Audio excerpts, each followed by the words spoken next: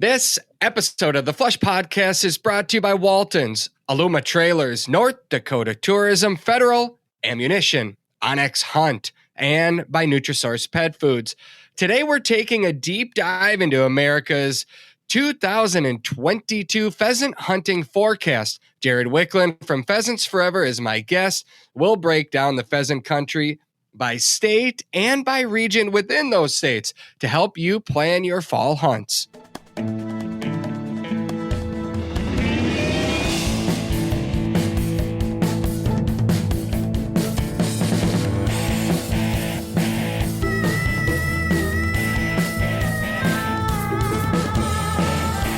Welcome to another episode of the Flush Podcast. I'm Travis Frank. I'm your host, Brandon Morton. As always, as our producer, Brandon, a big job well done to you. And thank you for all of your hard work putting on the live show last week. We had some wind, we had some rain, we had some unruly co-hosts, Ron Shera.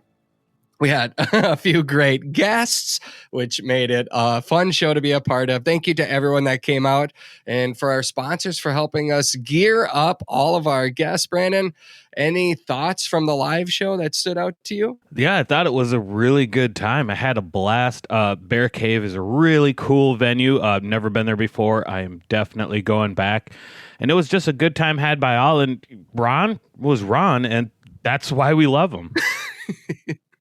Yeah. You love it. On his good days, you love him. On his bad days, you love him too. And that's what makes him so dang special. We did have a lot of cool gear and items to give away too. Onyx came, Ben, my buddy from Onyx, he brought their new hats that aren't even available to the public, which are really cool hats. We gave away Onyx Elite memberships, which is like their best membership. Shirts, Federal had hats, and they had some 100-year anniversary swags and so much more. And the cool thing about that place was, it was a great setting, but we're doing it again, Brandon. They want us back. And if you missed out on the live show, we have another one coming up October 13th at 7 p.m. Once again at Bear Cave Brewing in Hopkins, Minnesota. That's actually just a couple of days before Minnesota's pheasant hunting opener. So if you live in Minnesota and you're getting pumped up for the pheasant opener, I think we'll have a pheasant opener theme. I'm also going to be getting off of a long bender in the grouse woods, so I'll have a lot of stories from grouse hunting and hopefully a lot of information. I'm going to be hunting in different places in Minnesota and Wisconsin for rough grouse and woodcock. And it's an exciting time because everything is happening right there mid-October. So once again, another live show. We're coming back. Brandon, you ready for that? I think I am.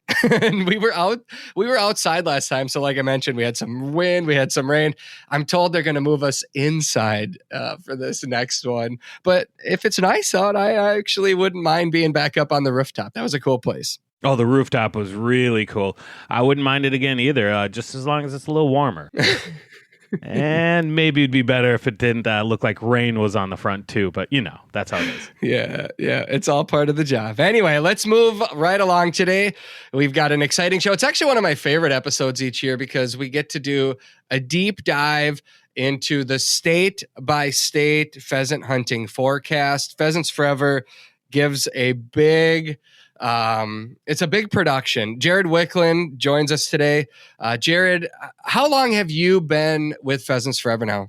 Boy, that's a great question. So long that I can't remember when I started. It was I'm just over a dozen years now. Okay. And is this kind of one of your favorite projects to be a part of too? It is. I used to, when I first started, I actually had 2 years in a row that I wrote the entire forecast. And you're absolutely right. It is a huge production. And I guess from my point of view, I think it's the most comprehensive report out there for pheasant hunters to give sort of a preview of the season. There's other groups that do their, pheasant hunting forecasts, but several of them are before roadside counts even come out. And at that point, it's a little bit more of a shot in the dark. You're going more off of anecdotal evidence than, using the roadside counts to kind of define, who, what, where, when, why for pheasants. So It really is an awesome report. We spend a lot of time doing it.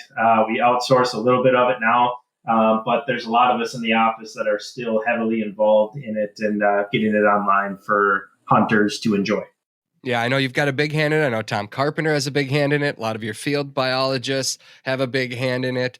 But you also work with state Department of Natural Resources, Fish and Game. I mean, there's just a lot of moving parts to this and a lot of people involved. Yep. Do you ever go back and look at previous years and say, did we hit here? Did we miss? Like, was this pretty accurate? Yeah, maybe every once in a while. I like to make sure that we're giving people, pretty solid info.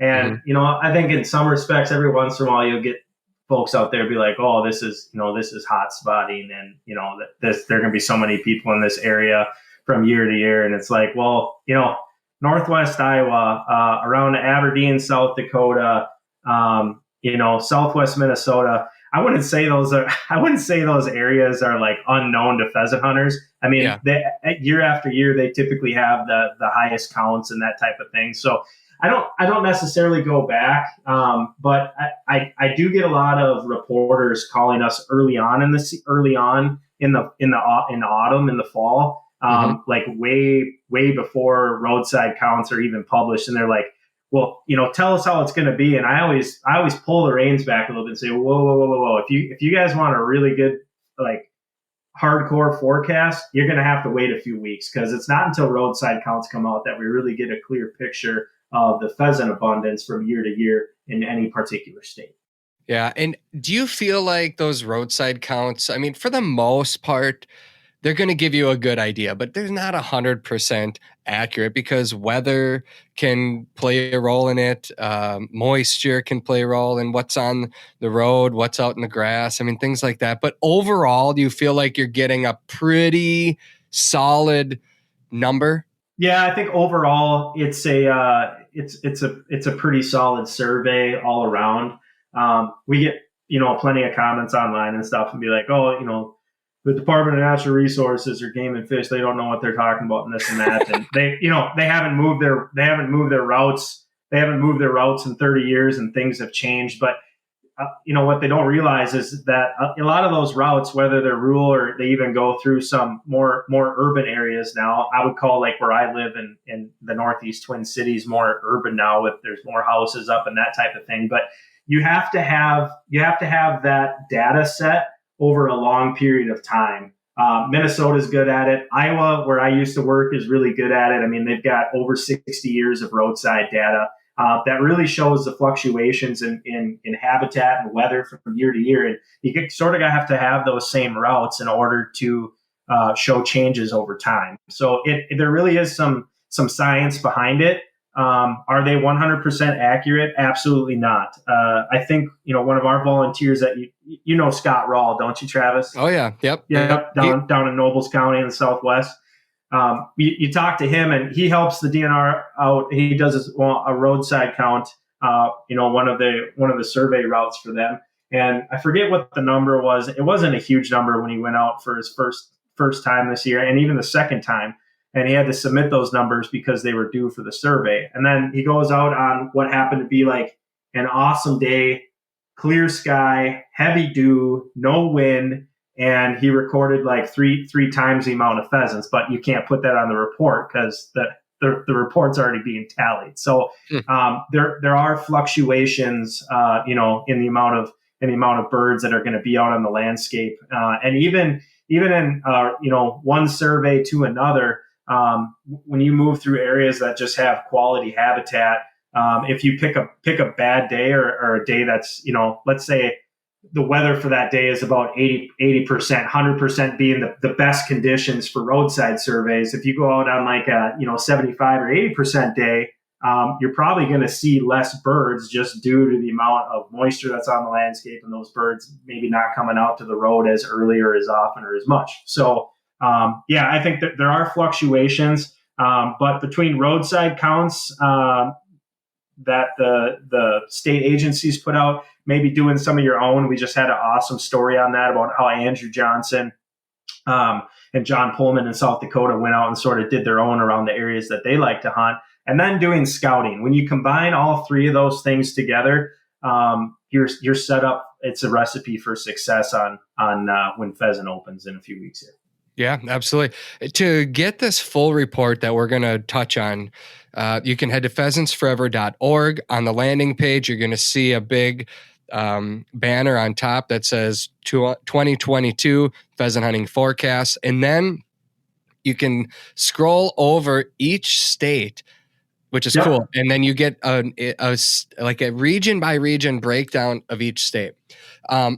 Do you, Jared, when you're planning your own hunts, I know you do a lot of pheasant hunting, and I know you travel quite a bit, just like a lot of Pheasants Forever employees. How much of your travels do you base on this information? Probably a fair amount. Well, I don't know, maybe 50-50. I like to go to places that have perennial habitat existing, especially like I mentioned Aberdeen earlier. Aberdeen is just a wonderful area. They've got the most public land in the state in South Dakota. There's always going to be birds there. They're going to fluctuate with weather and a few habitat changes. But like you look at what South Dakota Game Fish and Parks has done there. You look at what our local chapter has done there with the Aberdeen Pheasant Coalition, and they put in like over 5,000 acres of new CRP contracts, all tied to public access to walking acres or to CRED. And when you're identifying those areas that year after year after year have solid habitat, whether it's on a 10-year walking contract or it's just permanently protected as a wildlife management area or a game production area, what have you, that to me that's a recipe for success. So I think the biggest thing when I'm planning trips is I look for perennial habitat, permanent, that's going to be there, and you're always going to have a complex. If you're going after large complexes in some of these states, they're always going to hold birds. To what level really depends on habitat and weather. But when the weather cooperates and we get nice increases like we've seen in some of the states this year, you're setting yourself up for success. I think the general feel going into this hunting season for pheasants in particular is optimism. I think overall people are feeling good. There are some regions that we're going to break down here that we're going to have drought effect. Some regions they've seen unbelievable rebounds from the 2021 drought and some of the best habitat that maybe we've seen in decades on the land. And as a result, birds are there. But overall, do you say, if you're a pheasant hunter, dang it, get yourself excited this year. This is going to be a good season. I'd say so. Like you pointed out, I mean, there's going to be regional differences in some of the states that you're going to, but sort of the name of the game is that the farther north that you're traveling this year in pheasant country, the better it's going to get. We've gotten more rain in some of the northern reaches. The drought is still holding tight to the south, but yes, absolutely. And some of the big, what I call the big 8 pheasant states, it's Montana, Colorado, North Dakota, South Dakota, Minnesota, Iowa, Nebraska, and some parts of Kansas. It's going to be pretty good. And if I were a pheasant hunter, or if you're getting into it for the first time, like take Minnesota, for instance, most of the counts this year were above the 10-year averages for the pheasant survey. That bodes pretty well for hunters. People should be excited about that. There's a lot of brown. There's a lot of brown on the pheasant prospects map, meaning I think it's more than 40. I think it was 40 birds per route. 49. It's above. Yeah. So let's do this. We're in Minnesota. Let's do the breakdown of Minnesota. When you click on this map, it breaks down each county, and then it kind of has very poor, fair, and good. Very poor being less than 10 birds per square mile. Over 49 being good. And there are patches of that good across much of the state this year. A lot of fair, some poor, some very poor in areas that you typically would see it. But It's interesting that, you talked about Scott Rawl, Nobles County. I had Scott on this podcast a couple months ago or weeks ago, and he talked about what it's like to go on a roadside count. And he mentioned that he was still conducting them, so he didn't have answers. But I'm looking at his area, and, his numbers aren't as impressive down there in that county, and it reflects it. But like you said, he wasn't able to submit his best count. Yep. So he ran the counts on his best days, and it just happened to be that afterwards he runs counts all the time. He does what he calls a wildlife drive pretty often, and he's seeing plenty of birds, and that's where those sort of regional county differences can come into play. Just because a place like Nobles or Murray County has different colors throughout it, and not that brown, the good, more than 49 birds per square mile. That doesn't mean the hunting can't be lights out. So those are those regional differences that you're going to find. And for this year, I think if you go back a few years for the roadside counts, and you just compare prospect maps, this colored map on here, I think you're going to find there's a lot more good areas on it this year than there have been in the past, and that's a good sign that pheasant abundance is trending in the right direction for 2022. A couple of places stick out to me: Jackson County and Pipestone. Those are areas that I would expect to have a lot more birds, and it says very poor this year, less than 10. Do you know what's up with that? That could be a number of different things. I know Pheasants Forever has done a ton of land acquisition down in Jackson County and surrounding area. At the same time, there is intensive agriculture down there, so there could be shifts in CRP. You look at this past year and what we've seen for crop prices. Anytime crop prices start to go back up into that $6, $7, sometimes even $8 category. Especially for corn, CRP has a hard time competing with that, so it can come off the landscape pretty quick. But that also could be that one of those regional differences where they picked a day, and that's the day they had to do their count, and there weren't as many birds on the landscape. But Jackson as a whole has a ton of wildlife areas and public land. And I think it's a fair assumption to say that you're still going to find birds when you go down in some of those areas. Might it not be as good as a black parle or yellow medicine, which always seem to hold their own, maybe, but you're still going to find birds in some of those haunts where people know that there's a lot of public access. I'm guessing somebody listening in Pipestone County right now is pumping their fist saying, yep, nope, no birds here this year. You got just drive on by, nothing to see here. Because well, I mean, you look at that, and Pipestone's listed as very poor, but then, the majority of it, but then at the very southern tip of it, it jumps up to poor, and then it jumps up to fair in the red. So, I mean, that's just those regional differences that you're going to discover while you're looking at reports. If you're, I know we have a huge pheasant hunting base in Minnesota, so that's why I'm spending a fair amount of time here. If you wanted to point out, and I don't necessarily want to give away like your sleeper spots here, Jared, but if there's a couple parts of Minnesota that get overlooked generally that you think somebody might have a really good hunt this year, where would you send them? One would be if you're looking at the map and you want to find an area that doesn't have as many people. Pheasant hunters for the most part flock towards the south central and southwest and western parts of the state. But almost every single year, east central, especially up when you get sort of like the Hinckley region, so that would be Pine County, Kennebec County, kind of up by Mille Lacs area. There's not as much pheasant hunting cover on public lands, but if you can find it next to a crop source, you're going to find birds. It's pretty amazing. I do a lot of grouse hunting up there as well, and early in the morning, you're driving through some of these places, and you're like, boy, is that a group of pheasants sitting on a hay bale? It just kind of catches you because the agricultural region has moved farther north in some of these areas, and pheasants have followed suit. So I've hunted a little bit of private land, knocking doors, and one of our one of our staff members up that way in the East Central region. But I think for the most part, it's an untapped resource, and if you can find buffer strips, just fields in general that are next to some type of crop, knocking on doors could serve you really well. Maybe not the same day, but if you go ahead of time and say, hey, I'm coming out with my son or daughter next week and wondering if we could hit some of these prairie strips that you have here next to corn or beans, I think people would find a lot of success. So that would definitely be one.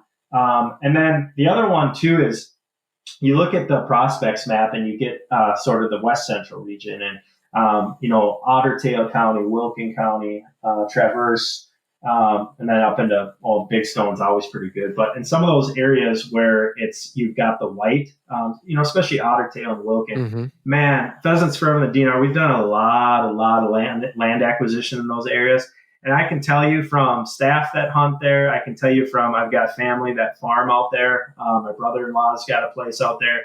There's plenty of pheasants in those areas, and you will find them, and you're going to find a lot less people too. So don't just because it doesn't have any color on the map doesn't mean that there aren't pheasants there. Why isn't there any color? Is there no roadside surveys being done in that area? I think that's the answer to the question. I'm not 100% on that, but they sort of cap it at sort of the farmland region. And it starts when you start getting up farther north there, it starts to switch from agriculture to more forested region. Just last question on the Mille Lacs, Kennebec County areas. Are you if somebody that typically hunts Southwest, they're in the grass and then cattails.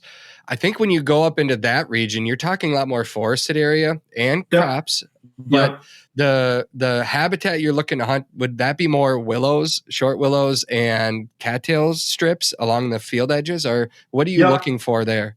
Yep. So like up in that region, you're going to have a lot of sort of wet prairies. You're going to switch over to, you're going to see a lot of goldenrod. You are going to see a lot of cattails, as you mentioned, and you're also going to see a lot of scrub brush too. So you're going up into an area there where there's sharp-tailed grouse populations as well. They're not huntable. They're closed for this season, but the pheasants are intermixed in a lot of those areas. I know I talked to you on the phone the other day when I was driving up took a day off to go grouse hunt on Monday. And I saw a fair number of pheasants on the roadsides when I was, just a couple miles away from where I was going to grouse hunt. And so I've got those, mind you, I've got those spots marked on Onyx to go back a little later. So we need to talk after this conversation. But on your grouse hunt, how did that go? It went really well. I was having trouble getting a bead on birds right away just because the amount of cover that was up. But I ended up in the afternoon, they've got this sort of newish layer on Onyx that's got a forest disturbance layer on it. And I found a piece in the middle of a section. I had to walk probably a third of a mile to get to it. But it was a cut from 2014. It was just perfect age for rough grouse, and there were woodcock mixed in there too. And there was an old trail going through the middle of it that I found that I didn't quite see on my Onyx map when I was looking at it. And I got on that trail, and it was easy to swing. And in the afternoon, the dog and I started going to town, and we ended up putting three rough grouse in the bag and a woodcock. And it was just a really fun hunt. I'd say hunting in the morning, taking a break, and hunting in the afternoon, I would say we probably flushed 25 to 30 birds total, maybe a couple reflushes, but it was pretty good. That's awesome. I had similar results on my first grouse hunt. The cover's thick, but we did have our first frost last night or 2 nights ago, and things are going to change drastically. So the best is yet to come for grouse. Hunting season is here, and North Dakota is one of my favorite places to spend a fall day. That's because North Dakota is a bird hunting paradise. You can hunt both waterfowl and upland birds all in the same day, and North Dakota has approximately 700,000 acres of private land open to public walk-in hunting. This year, North Dakota has a population estimate of 3.4 million breeding ducks, which is 38% above the long-term average. And their prairie pothole region is smack dab in the middle of the Central Flyway. Their spring water index also came way up, over 600% from last year's drought. The habitat on the landscape looks great, and bird reports are strong throughout the state. With a little scouting, you just might find yourself in a field surrounded by wild flushing pheasants, sharp-tailed grouse, and Hungarian partridge. Plan a legendary bird hunt this fall in North Dakota at legendarynd.com. I love my dog, and like you, I always want to make sure that she has what she needs to stay healthy year-round and perform at her best in the field. That's why I feed Daisy Nutrisource high-performance dog food. Nutrisource dog food comes with their Good for Life system that includes 4 key ingredients that work together to support gut health, heart health, and the overall well-being of our dogs. I have complete confidence that my dog has all of the nutrition to excel in the field and make it through a rigorous hunting season. I've seen it firsthand, and she loves her food.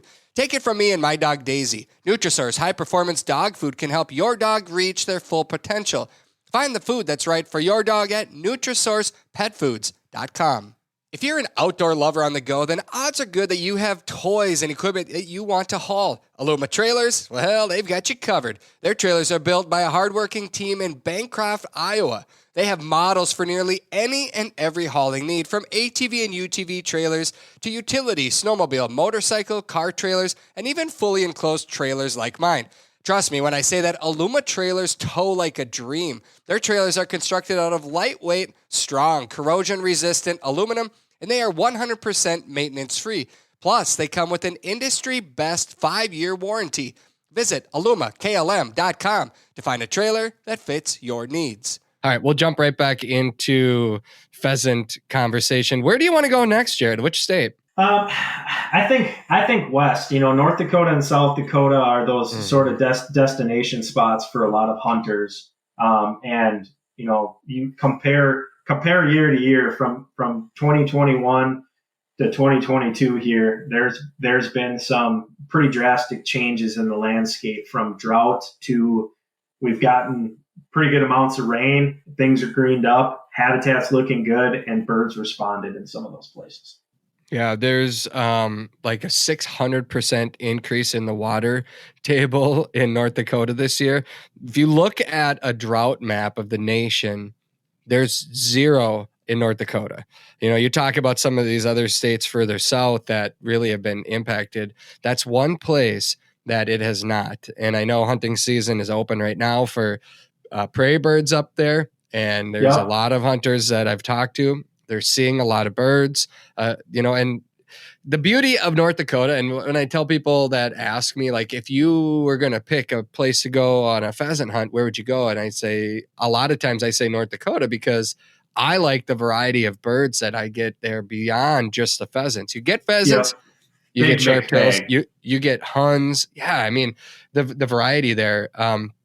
There's a couple regions that really stand out always every year, and that's further west, northwest and southwest. I know Emily Spoliar, she's in this survey here that you guys listed and talks about what she's seeing there. But really the habitat rebound from last year is just astronomical, and obviously that's going to have a positive effect on the birds. The hatch was good out there, and I'll let you let me know or explain what you're seeing by region, but I think West is best.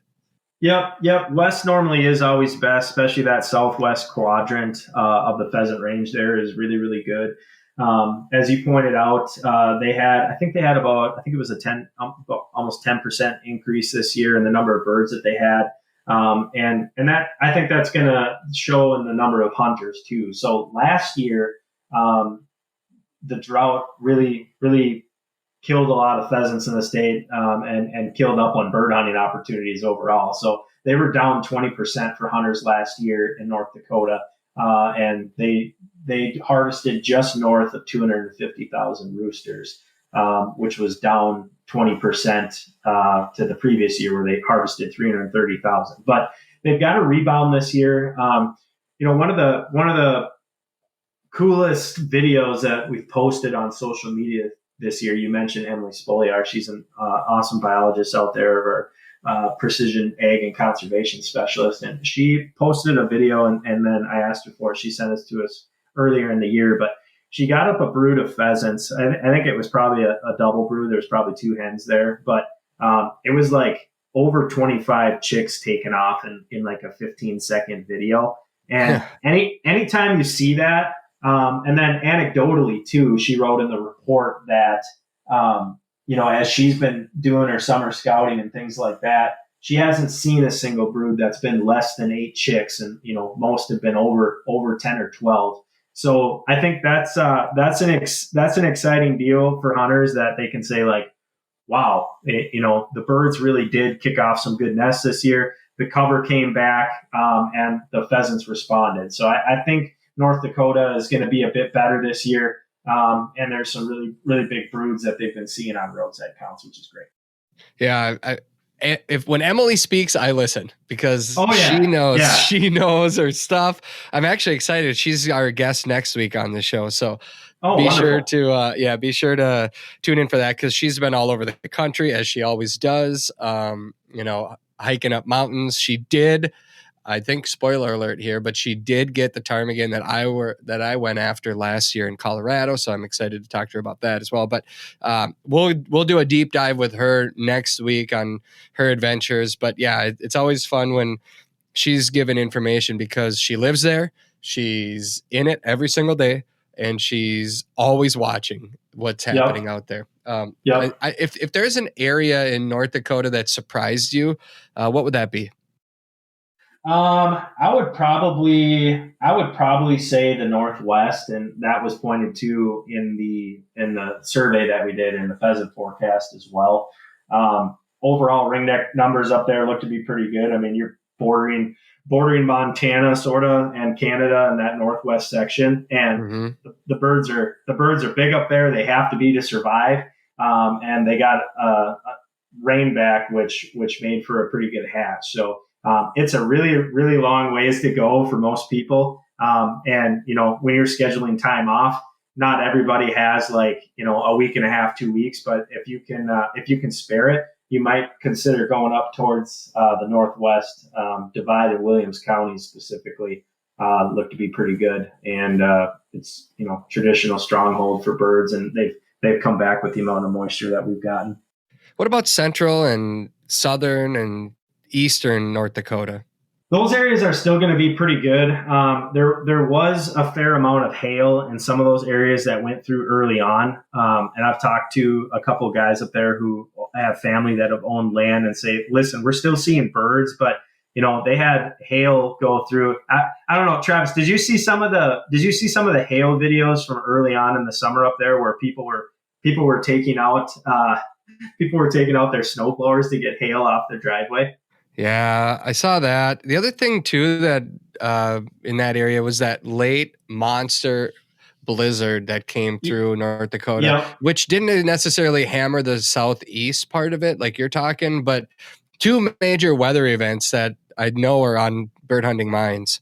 Yeah, and it's just one of those things, and people say like, well, pheasants are strong, they'll make it through. Well, the biggest issue you're running into when you're having weather at that point in time, like sort of during the peak hatch, is thermal regulation of chicks. They can't control their body temperature for about the first 10 days to 2 weeks. So they really rely on that hen to help them out in that regard. And when you're getting just monster, hailstorms, and then obviously wet, heavy snow earlier on, probably hampered the nesting process, and maybe took a few birds with it. That's hard on our favorite upland species. So, but the good news is that we did get rain back in most of the state, and I think the birds have responded in a positive manner, which is good. Yeah, the winter overall in the North Dakota statewide, I think, was pretty favorable for most wildlife. And then that, even though that massive storm at the end hit, the net gain, I talked to my buddy Tyler Webster out there. We both thought that the net gain, even if we lost a couple birds, the Yep. resulting habitat growth, chicks that Bringing were the water put on the table ground. up a little. Yeah. Overall, if we lost a couple of hens, the overall net gain from the positivity that came out of the water, the moisture, was that the big broods would survive, and overall we'd have better bird numbers. And I think that's what we're seeing. Be the case. Yep. On that, Montana got hammered, 2021 from the drought, and a lot of the biologists that I've talked to in Montana, same deal. They're like, "Wow, it's beautiful out here. Like it looks so good." And bird numbers are a lot of positivity in Montana as well. Do you want to jump into that state? Yeah, especially the eastern third. If you look at the drought map, the most recent drought map that they've put out, the eastern third of that state, especially sort of the southern half of that eastern third, is looking pretty good. They had a huge grasshopper crop here, which they've eaten a little bit of the cover, but that's pretty positive food source for all sorts of birds, including pheasants and sharptails and all the other things we love to chase around on the prairie. So things are looking okay in Montana. Anecdotally, I've talked to a lot of people that have been hunting out there, especially in the east, and they've been kicking up a lot of pheasants while they've been out sharptail grouse hunting as well. So I think in a lot of those areas, you're going to see the grasses come back. And I know our rooster road trip is going out to Montana here in a few weeks to hunt. They're going to start on the high line, sort of up north, and then kind of move toward the southeast. And just reports overall from our staff seem to be kind of on par with what we're hearing from other hunters. And I think it's going to be a positive year in Montana. Are you going on the road trip? I'm not. Well, actually, I'll be with the Flush here with you in a few weeks in November, and then I'll be out in Montana. Let's see here. It'll be the first. We're camping on the prairie the first week of December. So, really? I'll be out there at that time, and that's going to be a pretty unique hunt as well. Oh gosh, it's awesome. It's just such an exciting time of the season. Generally in Montana, if somebody has never hunted it for pheasants, where's the hotbed out there? Where do you recommend people go? The southeast is normally pretty good. It's got great pheasant numbers, and the habitat's easy to find because you're hunting coulees and other things like that. That have got thicker. The thicker the habitat is where the pheasants are going to be. I really like the area around Lewistown, which is sort of west of the reservoir.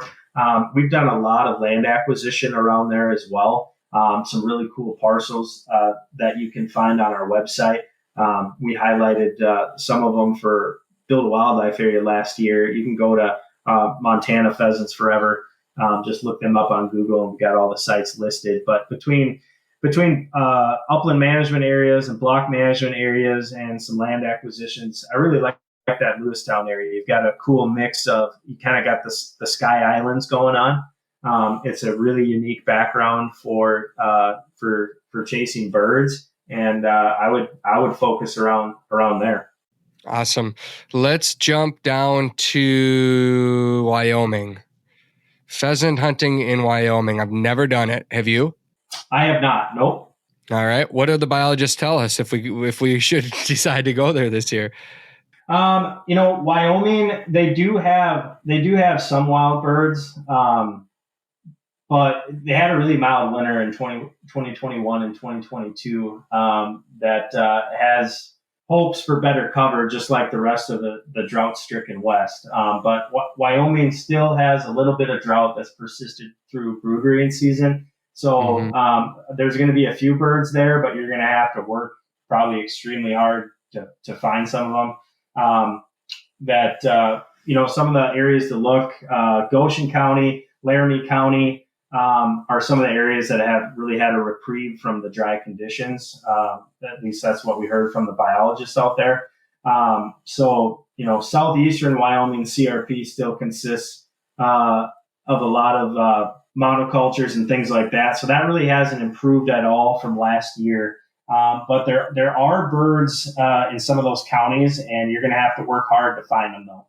Let's move west into areas that once were great, that I think some pheasant hunters wish they could have back. Let's go to Idaho, Washington, and Oregon. What is the theme this year up there? Is it kind of just holding its own where it's been, or is there an up or down? Yeah, I think numbers out there, they really pointed to the areas around the Treasure Valley, which works out well because we've got awesome chapters around there that do a lot of habitat work. Mm-hmm. So we've also got plenty of volunteers out there. The Upper Snake River chapter is one of them, and they do a lot of outside work as well. And habitat conditions for producing pheasants this year were excellent. And their regional weather was favorable this winter for pheasants as well. Their snow levels were at or below average, which is great. So they did say that we did have a lot of adult birds that overwintered well. So as far as like where to look, southeast Idaho is probably the area that I would focus on if I was a pheasant hunter. Little harder to find. They've got less CRP than they used to have. But in much northern Idaho, there's crop producing land that's bordered by deep draws, a lot of service berry, and that habitat offers good protection, from everything, weather included. And, I think if uplanders go that direction, there's a lot of private ground out there as well. If you do some knocking on doors, you're probably going to find some success. The highest pheasant harvest typically occurs in the southern regions, which is areas 2 and 3. There's a good mix of irrigated fields and riparian cover, and it's really thick this year from some of the rain that they've had in some of those areas. So pheasant broods fared a lot better in that particular region than other places. It's from your knowledge of the Pacific Northwest, there's such a variety of birds that upland bird hunters can pursue. Where does pheasant even rank in their priority list out there? I think it depends. You've got hardcore folks that like to chase prairie grouse and really quail too. Some of the western quail species that they have out there. I know guys that hunt specifically just for western quail, mountain quail specifically. But I would say pheasant is probably a top 3 based on what I hear. In some of those areas, they've lost a ton of CRP and just grasslands in general to development. And, the West in general is still suffering pretty great from drought-like conditions. So it's been hard on the birds. But when we do have a good year, it's funny how fast they can respond. But I would probably say a top 3. They're up there with some of the Western quail species and prairie grouse as well. And I think chukar are actually starting to come on as a pretty big bird too. You hear about more people hunting them. I've never actually done that before. I think you have at least a couple different times. But that's one bird that I think is on the bucket list for a lot of people, and I know it is for me. If you get the chance, definitely do it. Like it's different. It's nothing like pheasant hunting, and that's great. I mean, it's so much fun. Last year, and this is, I'm looking at the map and there's states that are highlighted here that you can click on, but I remember driving through Arizona and we were quail hunting, but the grass in Arizona last year looked better, thicker, more of it than in South Dakota. And I kept thinking, why can't a pheasant live here? Yeah. Because if they've got the bugs, they've got the grass, they've got the cover, the habitat, like, do they just need somebody to let a few of them go and see if they can make it? I know that releasing birds doesn't result in, habitat is everything, but like at some point you got to get the species there. And I wonder, maybe the drought comes back and, it's too dry, but I'm serious, Jared, that grass last year in Arizona was better than South Dakota by a long shot. I think it was probably better than a lot of the Midwest due to that just extreme drought we had. I think a lot of it comes down when you're talking pheasants. I mean, um, they are a bird of an agricultural landscape. They require that agricultural component, which a lot of Arizona does not have. So Yeah. I think that's probably part of it. The onX Hunt app is one of the most valuable hunting tools that I take into the field every day. I use it on every hunt, seriously, every hunt. Their app tells me everything I need to know about the lands that I want to hunt and the lands that we can all legally hunt on. The app also shows your location on planet Earth and clearly lays out the land boundaries. It tells you information about the type of property you're on, like state land or federal lands or walk-in access properties. It's ideal for scouting before the hunt and during a hunt to help put together patterns. The app also has helpful features that show you the kind of crops that are in fields, which obviously is a big deal for us upland bird hunters. And there's a timber cut layer to help you find the right forest habitat for ruffed grouse. If you hunt in North Dakota, there's even a layer that lets you know if a property has been posted electronically. These are just a few of the many tools onX apps give you, and these maps can even be used in areas without cell coverage. From the palm of your hand, onX maps always help you to know where you stand. The flush. So fast, it hardly seems real. So vivid, the moment freezes in time before erupting in a blur of spurs and feathers. It's why we changed the way upland loads are built with Prairie Storm. Exclusive flight control FlexWad technology and a mix of copper-plated lead and flight stopper pellets combine to create dense, deadly shot strings through any choke. Longer shots, more power, fewer missed birds. Only from Federal. Waltons.com has everything, and I mean everything for your everyday cooking and wild game processing needs. Plus, they have experts on staff to help you learn how to use those products to get the best results. John Tremblay hosts their Meatgistics podcast, live streams and live chats, which are interactive learning tools for the meat processing community. If you have questions, John and his team have the answers, from sausage making to smoking, recipes to seasonings, and so much more. Walton's products ship the same day you order. They have over 5,000 items in stock, from grinders, mixers, stuffers, slicers, smokers, vacuum sealers, and a whole lot more. Order the same seasonings and supplies that professionals use from the best name in the wild game processing industry. Then sign up for their monthly giveaways. Waltons, they have everything but the meat. All right, let's move on. Keep her going here, Travis. Don't sidetrack. Let's anything to touch on with like Utah or California? Yeah, Utah is an interesting case. They've got their upland bird slam there, which is pretty cool that you can go after, and the state sends you a coin if you connect on all the different species. We just hired a habitat specialist there, actually in partnership with the state agency to do upgrades on some of the areas where pheasants still persist. That's another state that's lost a lot of grassland. And a lot of upland shrubland too. But we're in a new agreement now to help put pheasant habitat back on the landscape in a place like Utah, which is pretty cool. So if you go on to our website and click on the pheasant hunting forecast, it talks about how they've only got a fairly small number of wild pheasants that and a lot of them live on private cropland or riparian areas, but the Utah Division of Wildlife does see them and hear them on wildlife areas throughout the state. So I know they do a little bit of stalking in some of the places there in Utah, but you can find wild birds. And the northern counties are some of the best places to go, along with central Utah as well. I'm seeing Colorado as a whole. Unfortunately, the drought has continued to cause a lack of birds there. And anywhere in Colorado that you feel like, you still have a lot of those irrigation pivots, even though the drought as a whole has affected things.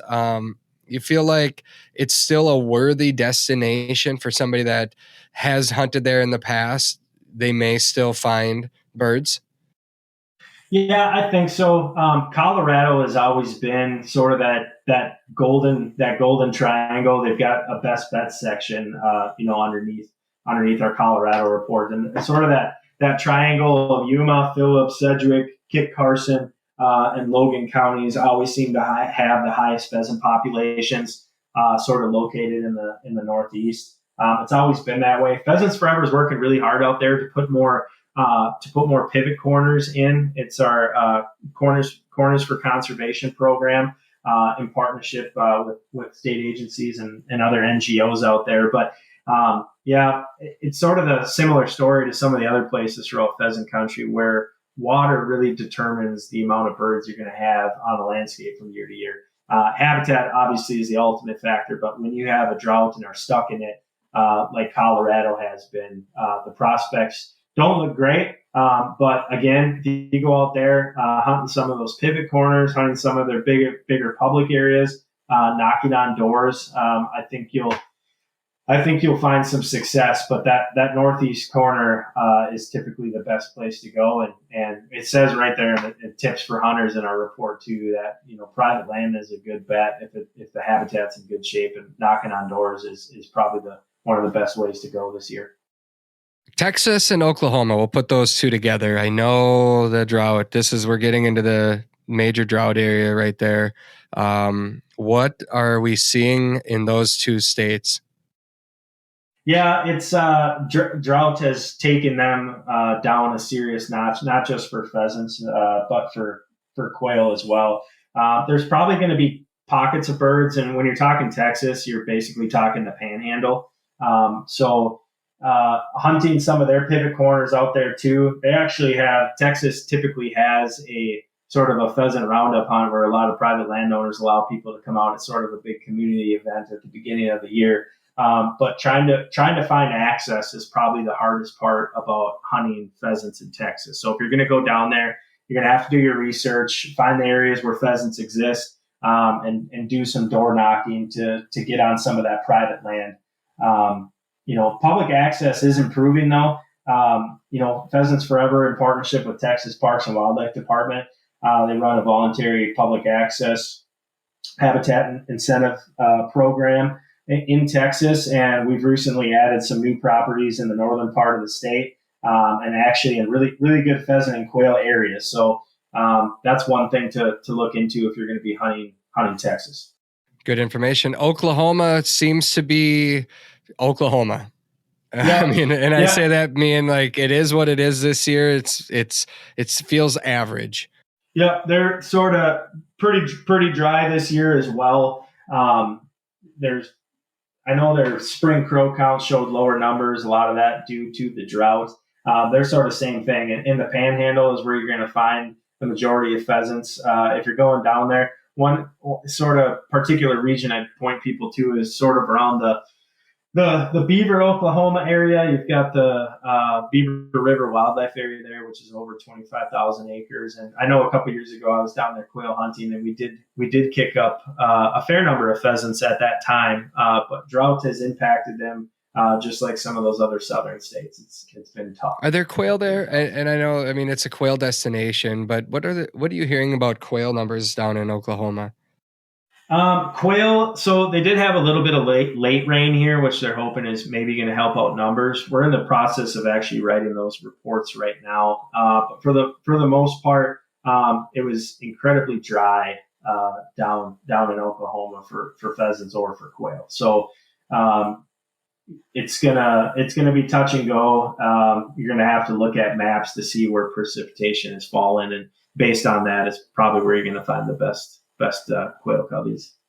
Well, I've hunted in Nebraska and had great hunting there before.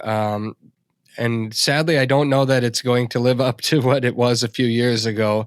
Let's head north into Nebraska. What are we seeing there? And I think, like we mentioned at the start, the further north we go, the more optimistic. So we're going to bring this negativity around here in a second, but let's look at Nebraska. What are the pheasants doing there? Drought is pretty widespread throughout Nebraska this year, especially as you go south and west. But their July rural male carrier survey showed that pheasants were up in different parts of the state. Obviously, I don't think the Panhandle there is really any secret. That's typically where the highest pheasant populations are. you've got some huge enrollments of open fields and waters programs, especially in the southwest portion of the state. For 2022 and 2023, there's 342,000 acres of the open fields and waters program. And if you're pointing to like an access to private land, a public access program, I would point to open fields and waters is probably one of the best ones in the nation. If you've never hunted them before, they've just got extremely just quality habitat, and they've pumping out new incentives for landowners to help enroll new property. And last year at Pheasant Fest and fundraising one night, we raised $100,000 that went towards the Open Fields and Waters program to enroll more acres as part of our public lands pavilion this past year. So there is more acres available this year to hunt. Some of those might have some haying and grazing going on, but for the most part, there are going to be opportunities to find pheasants in parts of Nebraska. But it's going to be hit or miss depending on the drought. So that's the big key is to be flexible. I can't stress that enough. And we talk about that all the time. If you're going on a bird hunt to a place you've been before and you're just not seeing the birds that you want to see, it doesn't mean that the hunt is done and it's just going to be crap and pack it in. Like sometimes it's just a matter of doing a little bit of research and finding out, hey, did they get more moisture? It could be a 50-mile drive north, west, east, south, whatever, to find an area that had more moisture. And all of a sudden you're right back into birds. And like I said too, their July rural mail carrier survey, they're up 26% statewide despite the drought conditions. So that bodes well for people that are looking to hunt Nebraska this year. And then another part of that too is if you've never hunted there before, they actually have a stubble map that'll be coming out pretty shortly here, especially for like the southwestern portions. And you can use that stubble map to see where wheat stubble fields are enrolled and go and hunt some of those. They've got sorghum too, but those always turn out pretty well if you can find some nice cover enrolled next to some of those stubble fields. It can turn out to be a pretty good hunt for pheasants and for quail specifically. Yeah, and it changes the game a little bit because it is not your cattail busting hunt. I mean, those birds can run a quarter mile, half mile down that row of wheat stubble, and it is great cover. I've hunted it. The birds are in there. It's cool, but it's different. Like you got to approach it different. If you've got a couple people, it's one of those things where you kind of want to like game plan. How are we going to figure out how to stop these runners? There can be pretty good explosions when you get to the end if you can find a spot to pinch them, but it is a cool hunt. It's a cool way to pheasant hunt. It's a program that I hope grows more and catches on in other states around the country because I think it's an opportunity there for sure. Yep. One other thing I'd point to is whether you're in Nebraska or any of the other areas that have been going through drought, you are going to find fields that have been hayed or grazed off, but that doesn't mean that all of it's gone. So, a lot of times hunters will pull up to their favorite field that they've hunted in the past, and it's gone through some form of haying or grazing. But you really need to make sure that there's not cover that's been left in the back sides of those fields. Some of the best hunts I've had in the past few years have been going to fields that people are just driving by and like, oh, there's a little cattail patch with some grass around it in the back here that was left alone. Sometimes those can be real hotbeds, and Nebraska is no different. So make sure people are checking for those, as you're going through the paces and checking out the onyx points that you've marked from previous years. Yep. I think I skipped Kansas. Did I skip Kansas? Yeah, we skipped Kansas. I think Kansas and Nebraska, I feel like, are very similar pockets of areas that, again, are going to have birds, but also that drought has impacted. Anything beyond that to touch on for Kansas? Not really. That northwest portion has always had their highest pheasant counts, but talking to a few farmers and ranchers down there and people that hunt down there, Kansas is looking probably a little bit more bleak this year. The best bet for pheasant hunters is probably the Smoky Hills region, which is north central Kansas. They actually showed an increase on roadside surveys had the highest roadside density of pheasants for 2022. So that's probably a region that I would focus on if I was going there for pheasants. But if you look at our forecast, it's got every region listed there. Talks about the number of public acres in each one of those locations. And you can really sort of identify where the pheasants are going to be and where they're not going to be. But Kansas is one of those states that still has a 4 rooster bag limit, which is one of the reasons a lot of people like to go there and get a little extra bang for the buck. And I think it'll be interesting to see how quail populations do as well, because there could be an opportunity for a nice mixed bag hunt still in some of those areas, despite the drought. There we go. Moving to Missouri, Illinois, Indiana, Ohio. Let's lump all these areas together. Heck, let's even put Michigan in there because I want to focus a little bit on Iowa and South Dakota here before we're done with this show. A lot of hunters in the East travel west to get into the Big 8 that we talked about earlier. But there are birds in these states, and there's work being done on the ground. Anything that you want to touch on in Michigan, Ohio, Indiana, Illinois, or Missouri? None of those states are suffering really bad from drought as of right now. They're sort of out of the drought range. My best advice for people hunting those states is I would go online, go to USDA's website and look and try to find where the biggest grassland enrollments are. So public lands do hold birds there, and we hear that from our staff. We've got staff, habitat specialists, farm bill biologists that have worked on new enrollments in some of those states. I think Illinois is actually kind of a sleeper state, especially in the sort of the east central region. Probably not as much public habitat as we'd like to see, but there's a ton of private CRP ground that it has enrolled a lot of pollinator habitat in the last 5 years. And because of that, they're seeing a nice influx of pheasant broods in some of those areas. We've got a former staff member out there, Jason Bly, who works for the U.S. Fish and Wildlife Service now, and they're seeing some pretty decent rebounds in some of those states.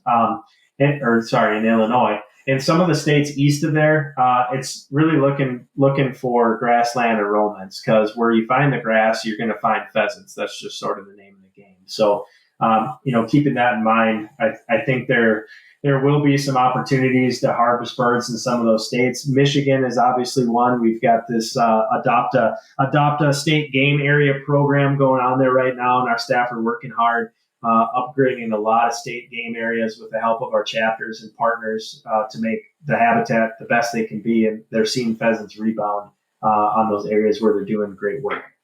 As somebody who's never hunted in those states, hunted for pheasants in like Illinois or Indiana or Michigan, and we started this conversation with Minnesota, and like you click on Minnesota and you get a county by county like breakdown, which is awesome. If you're an out of stater and you're traveling to Missouri or Indiana or Illinois, and you mentioned those particular areas, but when we looked at Minnesota in a Kennebec County, it said greater than 49 pheasants per square mile on their surveys. There's no information on any of these other states that say in your area that you're claiming to be higher. What are you seeing? What's higher? Is it 10 birds per square mile? Is it 100 birds per square mile? I mean, I think we all know it's not 100, but what can you expect in those places?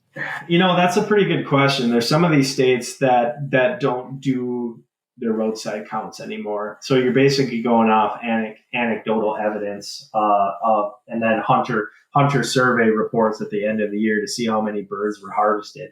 Like in a state like Illinois, a lot of the public land pheasant hunting is sort of restricted to, they've got areas that have got really good pheasant cover and pretty decent populations. But it comes down to sort of a draw program where you have to put in through an online system because they don't want to overhunt those birds because they don't have enough of them on some of those public areas. So I don't know if I have a great answer for you in that regard, because a lot of, Illinois specifically, we talk about it in here, is a lot of the pheasant hunting, quail hunting opportunities are going to be on private lands, because I feel very fortunate. We live in a state like Minnesota, and some of the surrounding states here. We have a lot of public land. We just do. Mm-hmm. And that's the reason why we get a lot of upland hunters coming our direction. We're doing our best to do land acquisitions and do the necessary things to get birds back in some of these eastern states as well. But it comes down to having quality habitat, and we're going to continue to work to put more public habitat on the landscape so people have a place to go. Let's look at a place you and I both love, and a place that does give us information that we're looking for. Iowa. Man, I can't wait. You and I get to hunt together in Iowa in a few weeks, and I'm pumped, man. Like, I am just excited about it. If you click on this map, you get a breakdown. They even break down the cottontail population. Like, let's go. Yeah. They've never, in the 12 years that I've worked for Pheasants Forever, I've never gone for a hunt in Iowa and not had just a wonderful time. Despite some of the reports, like, they don't have as much public land as a lot of other states. I understand that. But, if you're staying away from the opener and you're going a little bit later on in the season, there's a lot of pheasant hunting opportunities in almost the whole state. Like, you look at Iowa's forecast on our website, and you look at the 2022 game distribution: pheasants, gray partridge, quail, cottontail. Even though there's some white, specifically sort of in the southern portion of the pheasant range and out east, that says it's poor hunting, pheasants are distributed in just about every county in the state of Iowa. And there's some really, really good areas this year. They got their Iowa Habitat and Access program, IHAP, which is basically their walk-in program that you and I hunted on the flush a couple years ago. You know how good some of those areas can be. Talking with some of the landowners and things that I know down there from my previous experience as a regional rep in Iowa. Iowa is set for another great year. They had a 20% bump in the number of birds that they're seeing on their roadside counts, and especially that north central and northwest region and west central regions are going to be really, really good. They're going to be really good. Oh gosh, I'm excited just thinking about it. And the cool thing, I see these little areas of gray partridge being up in the north central region and central region. Hungarian partridge whale, man. Like, I love it. I know you do too, but like, I think if we're going to do a road trip through Iowa this year, which I can't wait for, but part of me was hoping that we stop in some Huns habitat. No, talking with some of the people that we're going to be hunting with while we're down there, they've been seeing gray partridge. And, as you know, I think, you get up into North Dakota or Montana and you've got some areas with small grains. It's maybe a little bit easier to key in on those birds. In a state like Iowa, it's sort of, if you run into them, you run into them. But I think there will be a chance for hunters this year on some of those public areas, especially in the north central part of the state. There's some areas there that gray partridge expanded significantly from 2021, which is pretty cool. All right, let's end it here. Let's end it in South Dakota, the self-proclaimed pheasant capital of the world. Interestingly enough, and you probably can't speak to this as much about, what they decide to release for information, but a couple of years ago, they just decided to not give out pheasant numbers. And they didn't want to not have people come out if the numbers weren't looking good. Well, they chose to do that at a terrible time because the pheasant numbers rebounded, and people didn't know about it necessarily. I am on a multiple text threads with people. One of them is on here, Darwin Wheeldryer, who's quoted in this report for South Dakota. And I'm seeing the birds on the landscape. There is a lot of optimism for South Dakota. I think overall, we're looking at a great pheasant hunting season in South Dakota. It's always good, but when it's really good, it's why people travel all over the country to go there. Yep. You often hear the saying, like, a bad year in South Dakota is a great year anywhere else in the country. And I think for this year, even though the roadside count numbers, they aren't doing them anymore. Maybe they'll come back in the future. I'm not sure. But what we have to go on is what we're seeing from landowners, what we're seeing from our farm bill biologists. We've got a very robust team of biologists in South Dakota. and just anecdotal reports of people going through the state. And if you look at sort of the drought map, I think south of I-90, so like the southern third of the state, I think is going to be a little tough. I've talked to landowners in those regions as well. The cover's just not there. There's a lot of it that's getting emergency hayed and grazed, their CRP acres, so a lot of that's not going to be there. But when you go north of I-90, sort of in that Jim River and in the sort of middle part of the eastern third of the state, the Jim River crepe that's there.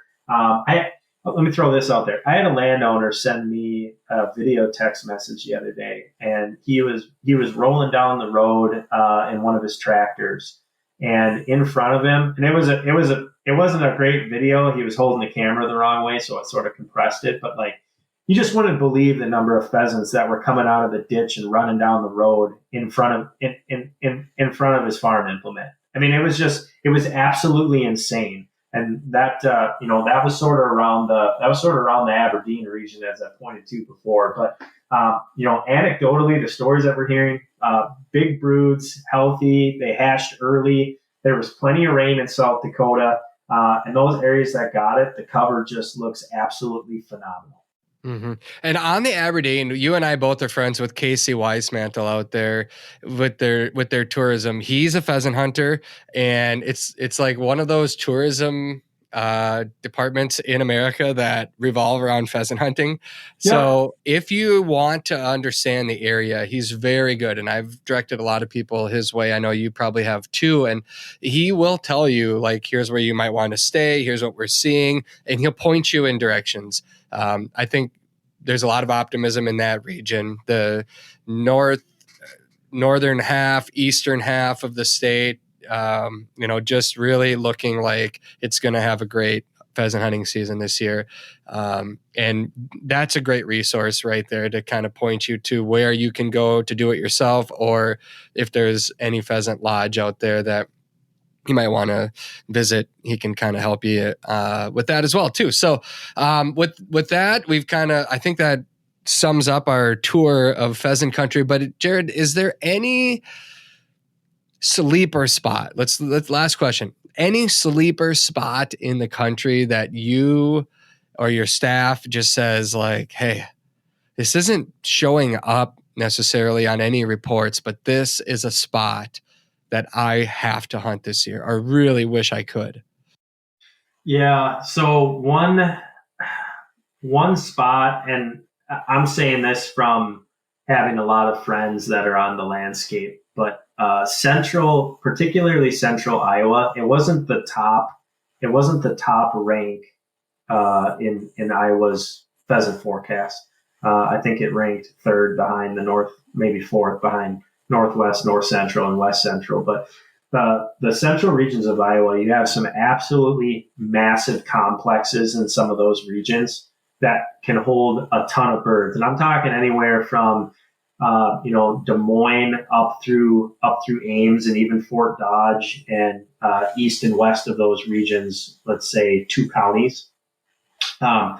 Those have always had the opportunity to hold birds, and the weather just didn't work out. I mean, Iowa was stuck in a massive snowstorm between 2008 and 2012 that knocked their populations back significantly. But they've rebounded big time, and talking with friends and farmers and staff down in some of those regions, the pheasants look really good, maybe even better than what we are seeing on the roadside counts. So that would be one particular region that might not show up on the pheasant forecast, but is definitely an area, especially if you're coming from the south, you're coming from the east, and you want to stop somewhere, maybe not have as far of a drive and more time to hunt.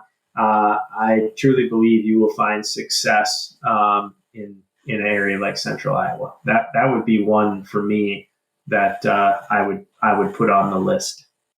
Love it. I'll add this last thought to the show. When you're planning your hunt, Pheasants Forever's team of biologists are so useful in helping to give you information that can help you. You can find their list of biologists just by going to pheasantsforever.org and doing a little searching. And they'll give you what they're seeing on the landscape and direct you. I don't think anybody would say, I need a GPS coordinate or an exact property, but more so just like point me in the right direction maybe. And you might be amazed at the information that you'll get from these biologists that are also hunters that really understand the land. Next week, I'll be back with Emily Spoliar. I am excited for that conversation. Jared, I can't wait till we hunt together, buddy. It's going to be a good season. It's going to be a great season, and I hope everybody has a safe one. And, if you've got a new dog this year or you take a new hunter out, all the better. So get out there and get after the roosters, and it's going to be a great season here all the way through January. Excellent. We'll be back next week with another episode of the Flush Podcast.